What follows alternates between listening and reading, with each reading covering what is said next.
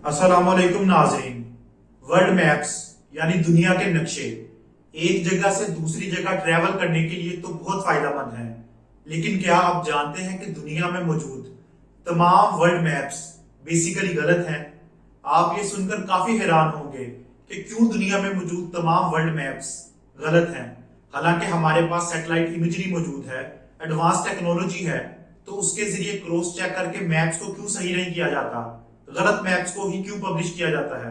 नाजरीन, हम रोजमर्रा समंदरी सफर में जो मैप यूज करते हैं उसे मार्केटर मैप कहा जाता है, जिसे 500 साल पहले बनाया गया था। ये मैप ट्रेवलिंग के लिए तो वाकई ही बेस्ट है, मगर ये नक्शा मुख्तलिफ ममालिक का साइज गलत बताता है, क्योंकि ये नक्शा कंट्री मैप को स्ट्रेच कर देता है। फॉर एग्जाम्पल, नक्शे के मुताबिक बरआज़म अफ्रीका ग्रीनलैंड के साइज का मालूम होता है, लेकिन हकीकत में बरआज़म अफ्रीका ग्रीनलैंड से 14 गुना बड़ा है।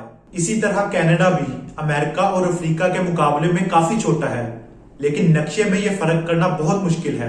बरआज़म ऑस्ट्रेलिया जो नक्शे में तो काफी बड़ा नजर आता है, लेकिन हकीकत में ब्राजील से भी छोटा है। लेकिन सवाल यह है कि हम अपनी गलती को क्यों सही नहीं कर रहे। नाजरीन, अर्थ एक स्फीयर है और मैप को पेपर पर रिप्रेजेंट करने के बहुत ज्यादा तरीके होते हैं।